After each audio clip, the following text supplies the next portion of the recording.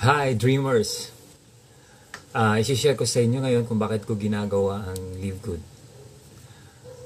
Gusto ko kasi ang Live Good, yung income sa Live Good ay magre-replace sa kinikita ko ngayon na work. Baga, this is my retirement business.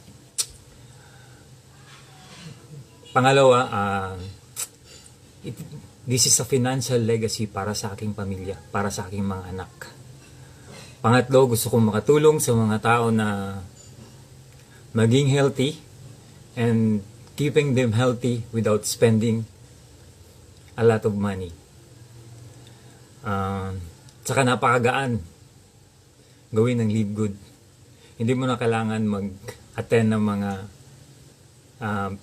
presentation sa isang lugar or face-to-face. Gamit mo lang ang cellphone mo, pwede mo nang gawin ang business in 200 countries